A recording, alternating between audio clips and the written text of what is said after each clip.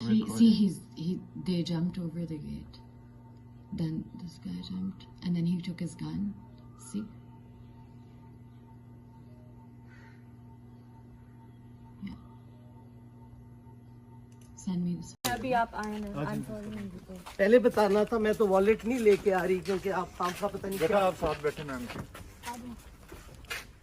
मैं आप उस साइड से आ जाए, मैं इस साइड से गुजरी हूँ, मेरी टांग नहीं, इस साइड से मैं नहीं बैठ सकती, मेरी मैं बैठ जाऊंगी, आप बैठ जाए भाई। मैं नहीं भाग रही, लग रहा है कि मैं भाग रही हूँ। Victory for democracy.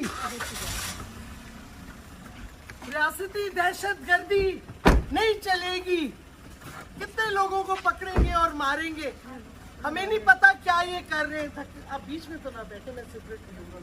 वो साइड पे आप लॉक कर दीजिए, काम का मजा आगे बैठ जाए।